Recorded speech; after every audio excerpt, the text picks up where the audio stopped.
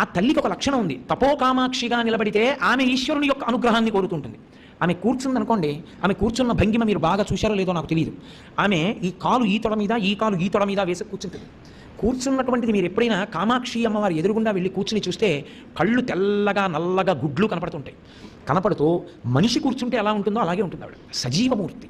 కూర్చుని నేను మీకు అనేక పర్యాయాలు చెప్పా, కొంతమంది మహాత్ములకి కనుగుడ్లు తిప్పుతూ కూడా దర్శనమిస్తుంది. ఆ స్థలం అంత వైభవోపేతం. లక్ష్మీదేవికే శాప విమోచనమైంది అక్కడ. ఆవిడ పాదాల మీద కుంకం తీసి అరూపలక్ష్మి మీద వేస్తే ఆవిడ మళ్ళీ స్వరూపలక్ష్మి అయింది. అందుకే కామాక్షి సన్నిధానంలో ఎదురుగుండా నించుంటే ఎడం పక్కన స్వరూపలక్ష్మి, కుడి పక్కన అరూపలక్ష్మి ఉంటారు. అటువంటి తల్లి ఇలా కూర్చుని ఉంటుంది, అంటే కదలదు, కదలకుండా చక్కగా స్థిమితంగా స్థిరంగా కూర్చుని ఉంటుంది. ఆవిడ అలా యథార్థమునకు ఎవరి యందు కూర్చుని ఉంటుందో తెలుసా? ఆవిడ కదలకుండా కూర్చుని కదులుతున్న వ్యక్తి యందు ఉంటుంది. ఎవరి యందు ఉంటుంది అని అడిగారు. ఎవడు ఇంద్రియములను గెలిచాడో వాడి హృదయమునందు కూర్చుని ఉంటుంది. అంటే ఆయన శరీరం